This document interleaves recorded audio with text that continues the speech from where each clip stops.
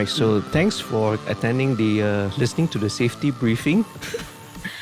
Please, check out if you have the time. Please, read the safety manual instructions that's in the pocket seat in front of you. Okay. All right. Do I need to brace anything? No. That was only an emergency, okay? If we are crashing, all right. and then you brace. Okay. All right. Okay. Right. Well, we're talking this crap, okay? All right. But keeping all this in, right? All right. Because it's fun. Yeah. All right. Thanks for doing this, Denise. Thanks for inviting me. All right. You are popping my podcast cherry. Oh, no. Okay, all right. That reference. Yeah. All right. Not safe for work, huh? Nah, so it's okay. Yeah, you are, in fact, not only that, you're also my first non-musical guest. Oh, wow. And I'm honored. The main reason why I do this podcast has always been, I mainly have people who are like, my peers or colleagues. Some of them actually are even, my say seniors are even lecturers, people who are audio engineers, music producers, musicians, people who are in the industry. But actually, I've always wanted to just branch out and just open it up to people who I find interesting. Okay. Or people I admire, right? And it's a great opportunity to just learn stuff from people who are in different fields. And it's just that to satisfy, it's actually to shock Sandiri and satisfy my own curiosity, lah. Okay. All right. So maybe a little bit of background. So maybe let listeners know, let people know who you are. Okay. So can we also talk about the history, about where we met? Oh, we'll get to that. Obviously, we get to all the nitty-gritty, juicy details. Hi, I'm Denise. I just left my full-time job to pursue my business, which I actually started off as a side hustle. So I started off a bath and body care company back in 2018. I make them myself, and I also sell them. So I make things like bath bombs, shower parfait, scrubs, soaps, all the things that ladies like lah, and also kids also like. So, but I started it in 2018, and it's been close to 5 years. And this year is sometime in June. Was it June? Yeah, June. I left my full-time job and decided to do this full-time and see where it goes. Yeah. And the name of your brand, how do you spell it? Naturosqin? Yeah. So even the spelling is a little bit quirky. It's Naturosqin, but it's pronounced as Naturosqin. Yeah. Yeah. So I wanted to do something a little bit different. So yeah, that's my brand name, Naturosqin. So I do have my website and Instagram and all. I'll leave that all in the description. Right. I'll put in a little ticker that's going down at the bottom of the video anyway. And so I was joking the other day, and then I saw your post on Facebook that said, "Yay, finally now you are the boss, you are the lady boss." Yeah. Because knowing you, okay, maybe this is where we can also kind of backtrack into a little bit of how we get to know each other. Yeah. And listeners might be wondering, wow, why the two, their conversation, their banter is like so casual. That's right. Not so serious. Correct. Yeah. But you had been in the corporate world for as long as I can remember of your adult life, because your stories of working in, and I'll let you tell the story like that lah. And then so finally when I saw you posted in June, right, that you're taking the step onto this as a full-time thing, there I said, yeah, all right, congrats to the lady boss. Yeah. So so we go way back. We go a long way back. Way back when we were like little tiny kids, right? Yeah. In primary school. It was actually, I think, for me, I actually moved to Wang Semaju, right? Actually in standard 3. Same. For me, it was standard 3. Oh, so you were not there in standard 1, 2, right? Yeah. No, same also. Yeah. So we practically ended up, at the same time. So primary school, blah, blah, blah, blah. But then, after secondary school, we sort of kind of parted ways. Yeah, Yes, yes. we parted ways. I went off to another. Because he went to the popular school and I stayed back in Wang Sumaju. No, no, you stayed with all the friends and Yeah. everyone. You think I was the one who went off on this mad adventure. Yeah, but eventually we reconnected. Yes. And I don't know. We've always had this kind of a special sort of bond, you can so to speak, and that's Yes. because Well, that's because JD's number one. Okay, JD's surname is Wong, and my surname is also Wong. And another one, which many people find it surprising. Or intriguing. Intriguing. Yeah. Especially in school last time. During the school days. Yeah. Is that both of us share the same birthday. Okay, right. Which is blank. Okay, right. Find out yourself when our birthday is. Yeah. So it was the endless, Question. It was the questions. Sometimes it was teasing. Sometimes it was just joke for fun. It's like, the two of us are twins. And we were born, or like separated long lost twins, separated at birth, and then correct. And then we finally met. Met up after after many years. Correct. Yeah, so we've always been joking and say, "Oh, hello, happy birthday, long lost twin." Yeah, that's always. And then because knowing JD, he's so busy, so we hardly actually catch up. So the only time that we actually chat or something like that is only when we wish each other's birthday. Yes. And for many years, the first text that I would ever get right on the midnight of the birthday, at the stroke of midnight, will always be from you. So there was always something sweet.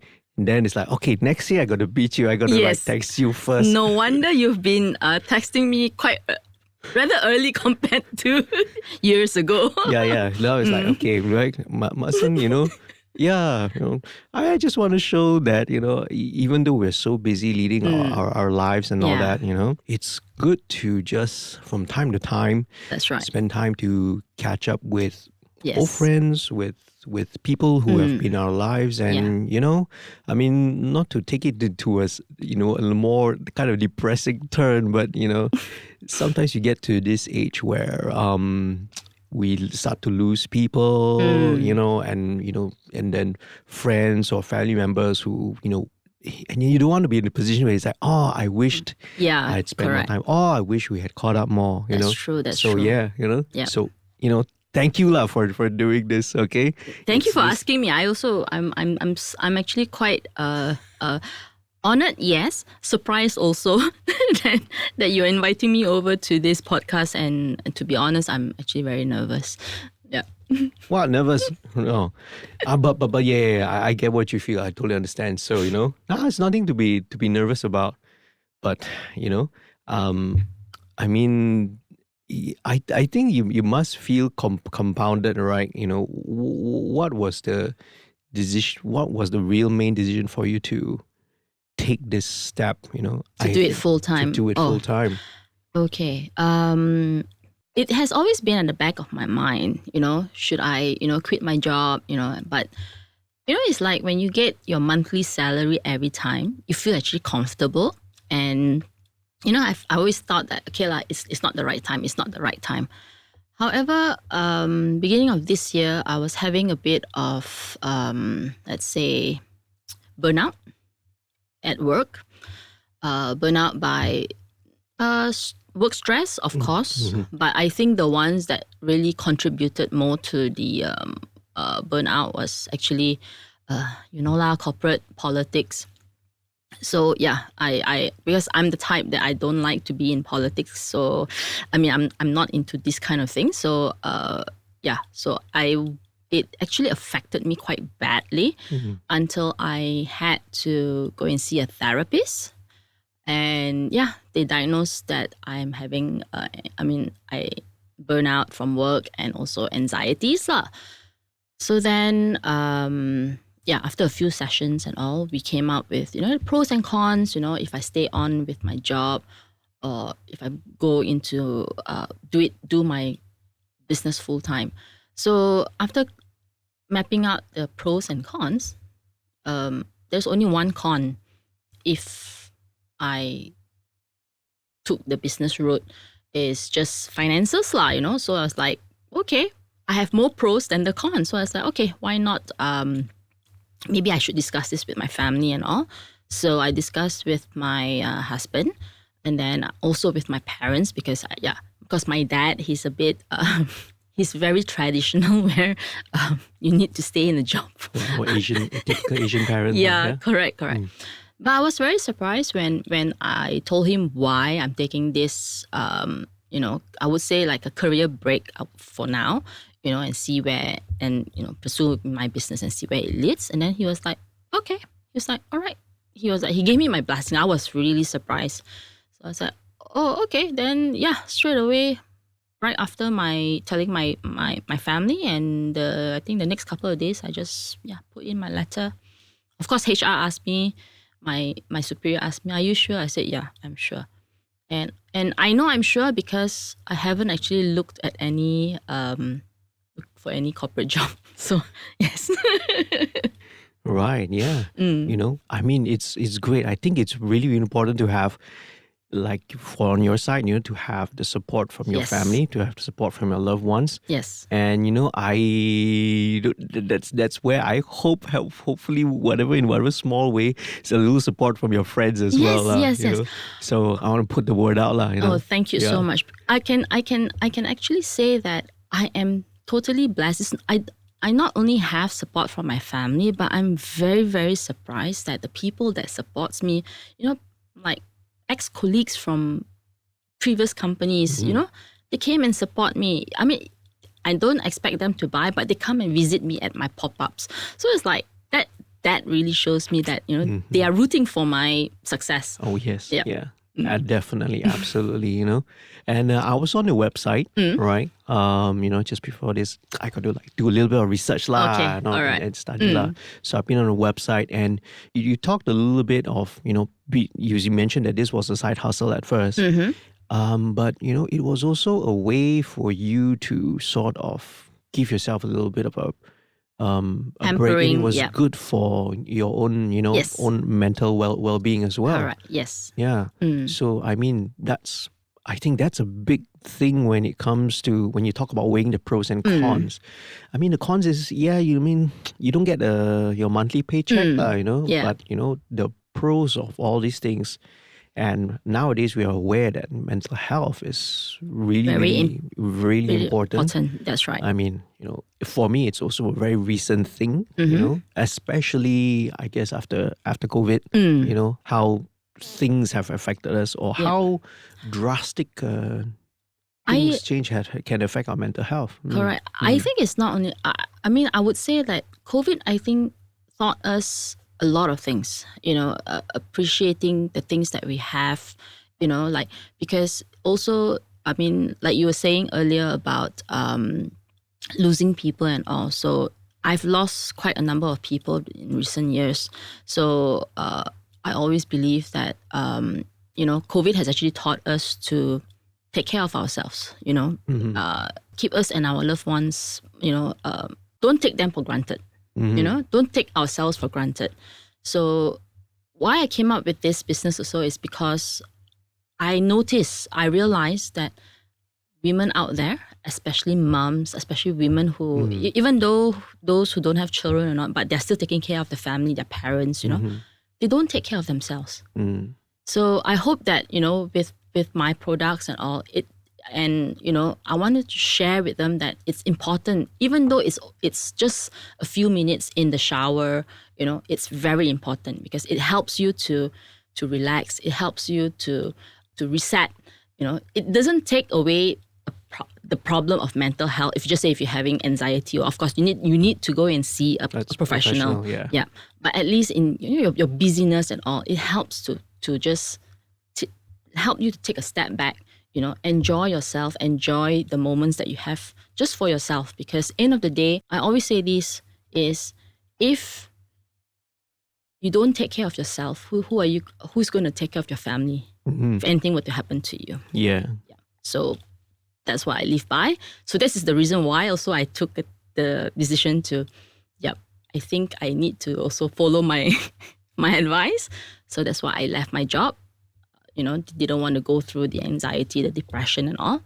And the Absolutely, business. man, 100%. That's incredible. Maybe we can cycle back because one of the key things that my audiences that I have are actually more like people who are students, people who are up and coming, because a lot of things that I usually cover is usually about careers, All right. career guidance and career advancement.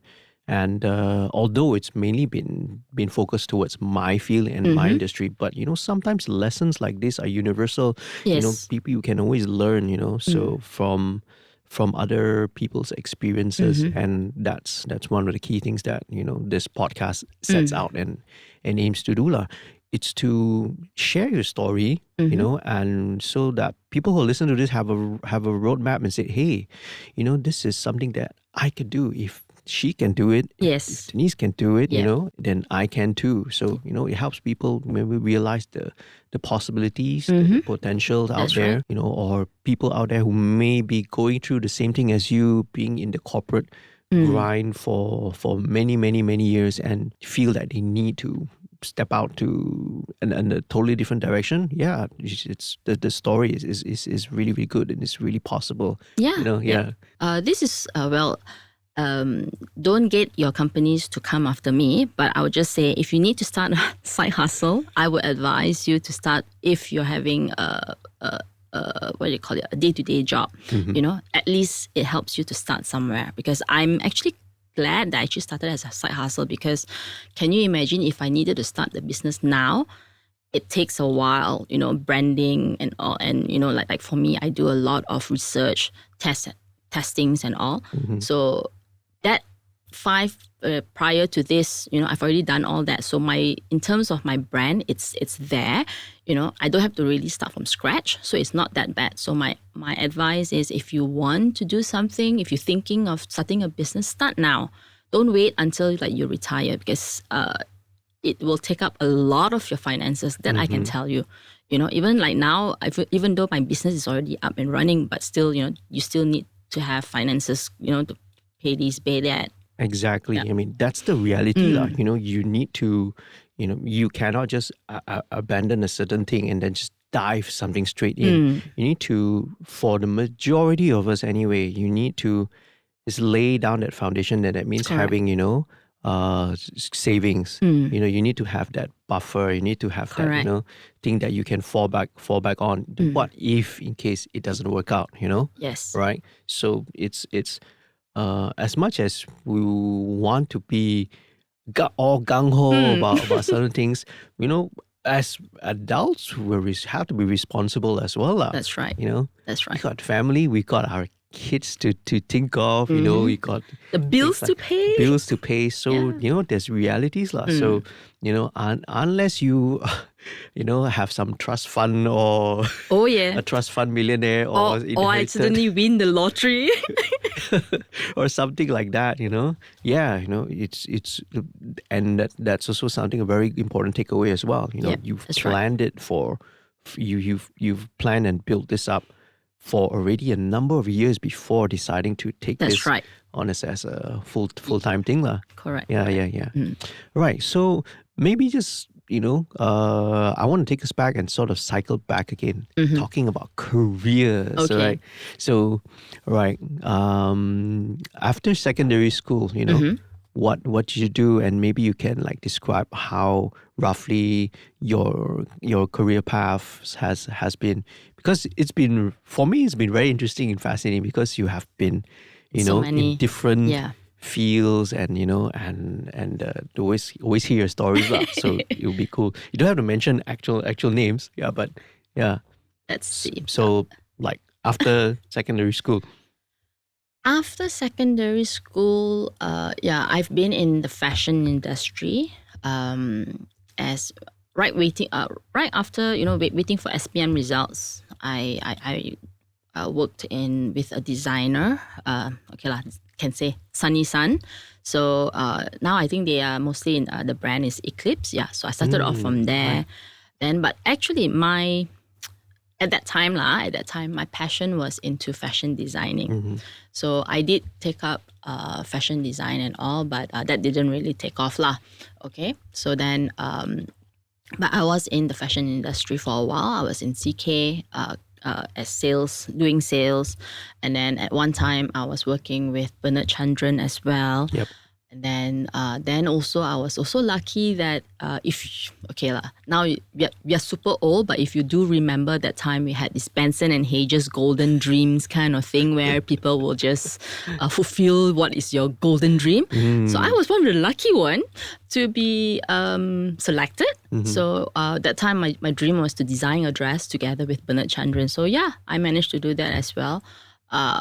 Then after that, I went into jewelry. I was into sales as well, but in jewelry line. So yeah, I learned about the 4 C's and all. Then after that, I was like, okay, I cannot be in sales for a long time. So I was like, okay, why not I take up secretarial course? So because I enjoyed doing administrative stuff. So I said, okay. So I took up a secretary course at RIMA, which now no longer already. Yeah. And then after that, after I graduated, I got my diploma. I had an internship at Chorus Hotel. And after I finished my internship, they actually asked me to work there permanently lah. So I was the secretary to the director of sales. And then after that, when she was promoted to GM, then I followed suit. Yep. So yeah, so Chorus, I was in fashion industry, retail, jewelry, hotel, hospitality. Yeah. Then after that, I went into automotive. No. Right after that, I went into legal.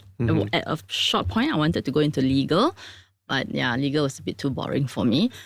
Then I went into agency. Agency was too fun for me because it was crazy hours and also no. Then I moved into automotive. So automotive, I was working with Tan Chong, and then I was there as a secretary and all. And just so happened, I was given an opportunity to go into corporate communications. So that's how I actually changed my career. If you see the time, I've quite interesting career I have. So yeah, I went into corporate communications. I was in Tan Chong. Then after that, I decided to corporate comm is a bit. I was not learning that much anymore. So I said, I want to go into marketing communications. So then I went into Scania. After Scania, I got into this right before I left was in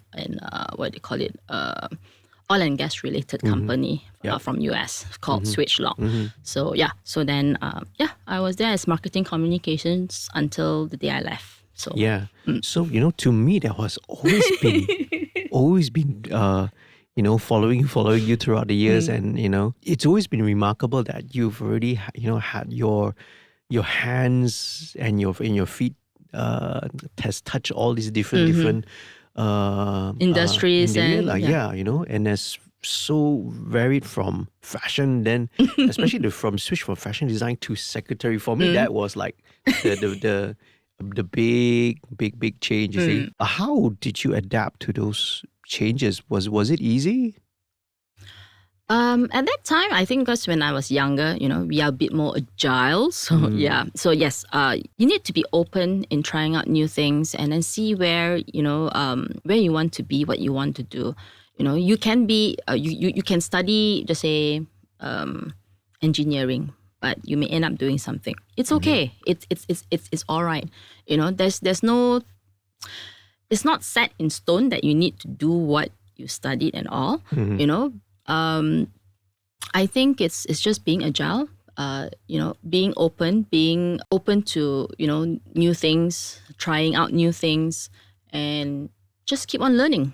I'm still learning, even though I've been doing marketing comms for over 5 years, but I'm still learning a lot of new things every day because since now I'm in a different, in a different industry in a way, I'm still learning. So just be open to learning. Absolutely. But it's something which I cannot relate.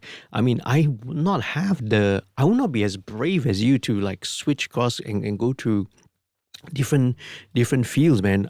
For me, I can't really, because I've been doing this one thing all my adult life. If you would ask me to try to switch to something else, Would you? no, I won't have the guts to do it, honestly, to be frank, Now that you mentioned, I think I got the guts to. Now that you mentioned, now when you put it out that way, I was like, oh yeah, I mean, it is quite often that sometimes whatever you studied or where you train it, and then your actual occupation or where you end up is not different. That's very common. It's actually very, very common. But again, it's probably me because I am within my little bubble and my little echo chamber, see, of the people who I work with. But even within my industry as well, there are some people who can pivot from doing, let's say, studio work, then move to post-production, for example, and then suddenly move to live sound, and then do these different things. There are folks like that, and I've always admired the people who have that, adaptability and the ability to shift it. For me, I'm so secure. For me lah, I have not stepped out of my comfort zone, right? And I mean, I consider myself lucky that I can still stay in this one thing. But there are some disadvantages lah. I think one of the main disadvantages was that it really locks me down into this one single path of what I can do. Okay, let me explain to you what was happening. And this is, again, COVID related. Okay. All right? So 2020, all right, came around, and obviously everyone, businesses all slowed down. Projects all ground to a halt. Yep. Although not fully, but it was not at the same As before, same as before lah, right? And then it was like, this is not going to be, if things don't improve, things are not going to be sustainable for the next year or so, or even sometimes I felt even shorter. And this is like around third quarter of 2020. So we were about like 6 months into MCO here in Malaysia lah, right? So what I did was, there was actually a call, right? Some job openings at a agency, right? That was, and I'll tell you what agency lah. It's called Cendana. Okay. Right. So that's called the Malaysian Cultural Development Agency. So it was an opening for, I can't remember what exactly it is, but something to do with like sector managers, sector executives. So Cendana is actually an organization that gives out grants and funding, right, for the arts industry, for the cultural and arts related industry. So they were needing to hire people, right, to manage, because long story short, that year when everything, then with all the political turmoil and economic turmoil as well, one of the things which did turn out as an aid package was, there was funding and grants given to Cendana to be dispersed.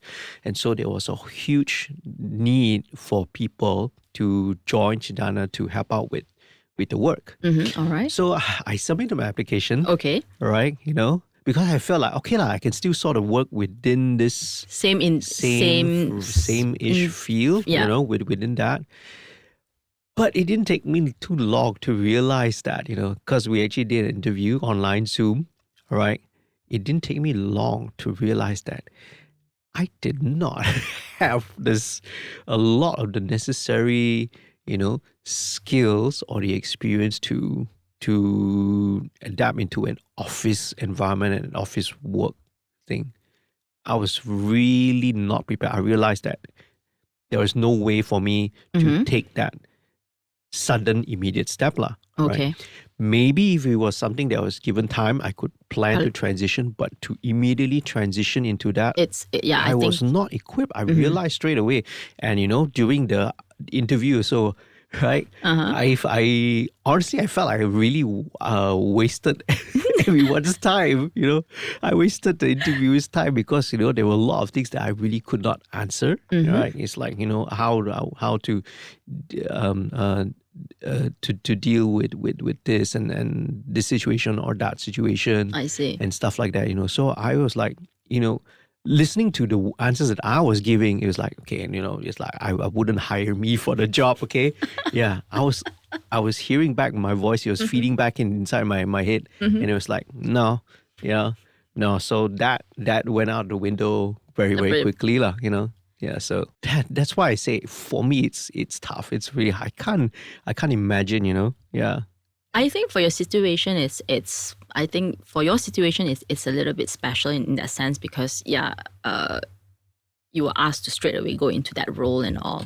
But like for me, I would say I was lucky to have mentors. So I think it's so important when you move like me, different role, different industry. You need to have someone there to actually guide you, So I'm actually quite lucky to have mentors to actually that guide me, especially the transition from secretary to communications. So this one I would especially say that, my ex-boss in Tanjong, I would say his name, Alvin Saleh, he was the one that actually groomed me. So I think without him, I would not have learned a lot of things. So I think it's not just about the adaptability, but having someone to guide you as well in that journey helps a lot as well. I think, I never thought of it. That's actually a really, really good point. I mean, that sort of support needs to exist in the company or the organization. Correct. You're absolutely right. You cannot just like take somebody off the streets and hire them and then say, okay, do the job. There needs to be, you're absolutely right. You need to have the leadership, the management needs to also train whoever their new staff or the members of their workforce are. You just don't throw people into the. You can. But to help along the transition and all, it still needs someone to give that guidance. Like, just say, okay, like for now, I'm all alone in the business. I'm doing this business. So yes, I do feel alone. Sometimes I feel like, blur. Oh shit, what am I going to do now? That kind of thing. So, or if I'm feeling a little bit down and all. So, luckily, again, that I think this is the reason why, now I understand why some business owners, they have coaches. So just to guide them, just to give them the clarity. So I think that's what usually like if just say those that is thinking of going to starting their own business, also do keep in mind that maybe you need to have a mentor or a coach just to guide you, because it will help. Because sometimes we are just thinking on our own. We never actually we might think that it's right or it's wrong, but if we don't say it out to another person just to get that either that clarity or validation, or at least just pointing out, hey, no, I don't think this is the right way or something like that. So I think it does help. And then, end of the day, we are social creatures. So we still need to have that interaction with someone else in day-to-day in our business as well. So I'm sure you too in this industry, I'm sure you have a mentor or something like that, right? Yeah, I mean, personally, I did have a mentor, but I guess one thing about a lot of like say studio owners or creative people is we're not so social. We tend to like really stay in our shell, and that can sometimes be it can sometimes be detrimental because don't even look at us, look at the overall music industry in general. Like when everything shifted, when MP3s, Napster in the early 2000s, music industry is very, very slow to adapt and slow to pivot because we're very entrenched in certain ways of doing things. I see. Yeah, so I feel that's also another reason why, because we're so used to doing things this way, and things, the world evolves, technology evolves, society and culture evolves as well, and it sometimes can be a scary thing to change that. I'm sure you you're feeling it. Yeah. It's totally normal to have that resistance. You know, even in work, even in work where management, they keep on saying, you have to be agile, you have to adapt. In order to grow, you have to change. Adapt, lah. So it's tough because no matter what, humans, we love stability, status quo, our comfort. Yes. So there are times that, of course, even like me, like now, I just want to do the things I want to do, but I have to keep on reminding myself that I still need to pivot, I still need to change in order for my business to grow. But there are still a lot of steps since I'm a one-woman show. But I'm also set in my own ways. I will be very honest with you. I'm also set in my own ways. But it's a constant reminder for me to to be agile. Maybe that's a good thing, that when I move companies and all, I take the good things about what I've learned from each company. Yeah. So, we'll get to that. At the moment, you say you're a one-woman show. You got anyone helping you out at all, or is it because like anybody out there, one who wants to? Are you hiring? At this moment, in terms of production, I'm the only one doing the production. However, I'm smart to get my husband to help along with the packing, because packing takes up a lot of time. And that's the most boring stuff. Oh, okay, all right. Shout out to the husband, man. All right, awesome, yeah. Yeah, so he's been helping me to do the packing and also, so that takes off my plate. Because I still remember that time during the COVID time, really a one-woman show. Whenever there's order coming, I would do the packing, I would do the shrink wrapping or whatever from start to end. So this time I'm smarter. I got him to do, because just to share, I was actually kind of lucky also, again, that a hotel actually approached me to get bath bombs. So that's when I realized that I needed help. Yeah. So I had no choice but to ask him. And also because currently my production is still in the house. So of course, in order for my business to grow, I need to move out of my house. So that would be my first step of growing my business. Right, and then, the next time when it comes around, you never know. Yeah. That's next thing. We will have a totally different story. Correct. Yeah. I remember that you shared, and that you did supply and you still supply, yes, right? To I still supply. Like the five-star hotels around the country. That's awesome. So maybe it's a good time. Let's talk about the stuff. What are the products? I noticed this box here. Is there something that you can show? Yeah. I can just show. And it's like, wow! I saw the little box there. It's like, okay, what are the goodies? Yeah. So these are the things that I make. You can hold it up to the camera. So these are this is my famous ducky bath bomb. Oh, that smell. Okay, for you, immediately when the box opened, it's like, wow, I can smell it. This smells so good, and it's yeah. So so this but this one you can't get it over at my website, because this is only specially for the hotels. So any hotels that get from me, they will only have this. Okay. Of course, they can choose any other designs that they have that I have, but the duck you can only get it at the hotels. So I have bath bomb. This is a bath bomb. Yeah. It's one of the design of bath bombs. I have a lot of designs. So like if you're at my pop-up, then you get to see other new stuff as well. This is just some of it. Awesome. But you guys probably all don't like all this lah. So usually women and the kids love it. So this is solid bubble bath. Yeah. Well, it's family oriented. Yes, it's family oriented. Just to share, I had one customer that she was telling me that she shares the body scrub with her daughters. So it was like, hey, it's like a bonding session, mother and daughters can say, they can probably talk about the scrub, or or if they like. Put the mic a little, or be a little bit closer there. Yeah. Or, if they like the scrub, then they can share the scrub together. They can talk about it. So this is the shower parfait, and then this is the scrub. So I have all kinds of scents, which the fragrance, which I actually get them directly from the US. So and it's phthalate free, so that it's actually safe for the body system, because phthalate is known to be a endocrine disruptor. Oh yeah, I know. I have listened to several. I love consuming podcasts, and I don't want to go into another different tangent. But I'll talk. We could talk a little bit about that. That component of plastics, right? That's right. It's one of the plastic components. Very nasty. Very nasty. Very nasty. Yeah. Very nasty.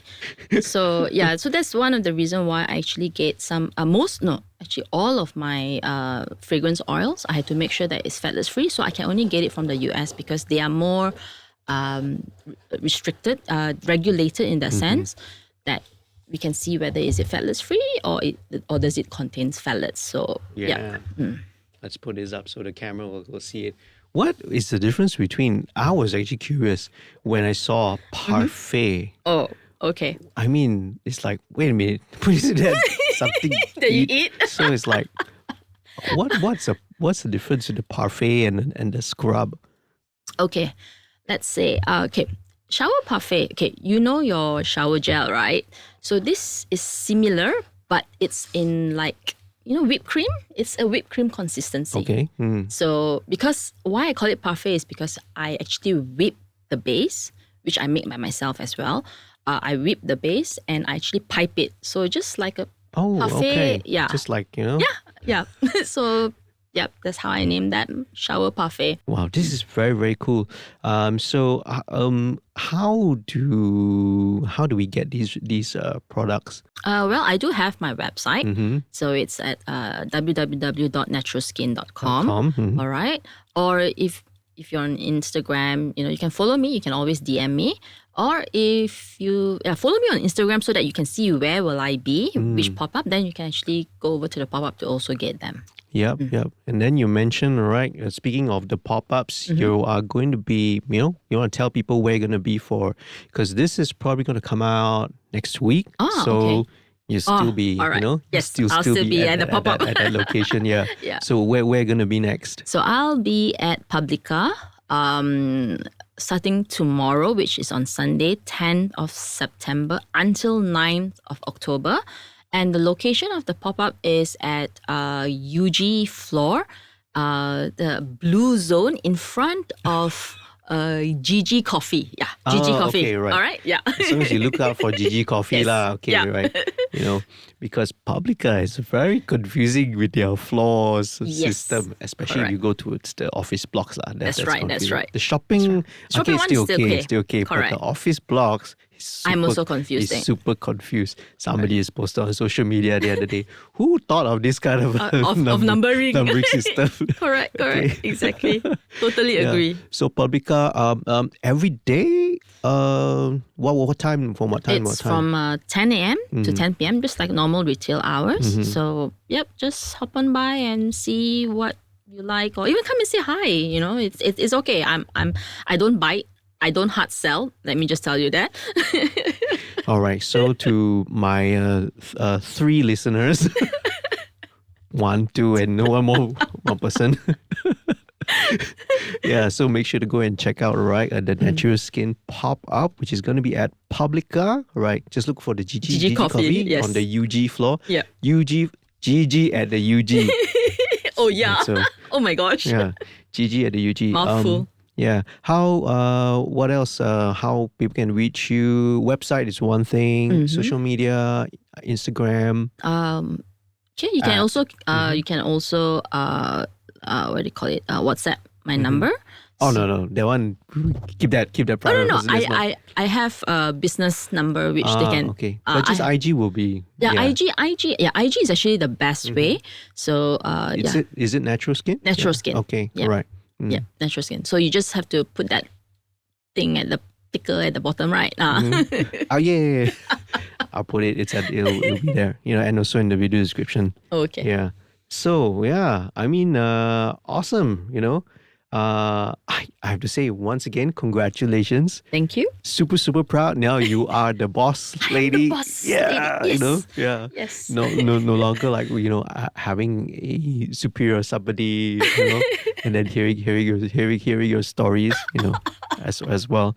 And all the best for everything for you for Naturosqin. Folks, people go and check it out. Check out the website. Check out the pop-ups. Follow at the Instagram. on Instagram and all that lah for all these cool stuff. I saw the gift sets also. They again. I think if the gift sets are great because again lah, it's something for the men. To look for the wives or your... for the wife, yes, or your that's right. or your Eli, or yeah, correct. So oops, yeah, right. Exactly. So if you it makes or for your daughters, correct. Makes great gifts as well. Exactly. Yeah. So all right, yeah. So thanks for coming on. Thanks for having me. And all the best for you for Naturosqin. Thank you so much, JD. Yeah. I'll try and swing by, the one of the pop-ups some of these days. Yeah, just swing by and just come and have a look. Because now it's nearer, Publica nearer to my place. Up to now you have September 9th. You have no excuses. No excuse. Okay. All right. So yeah. Thanks again. Bye, folks. Thanks. Bye-bye. Bye.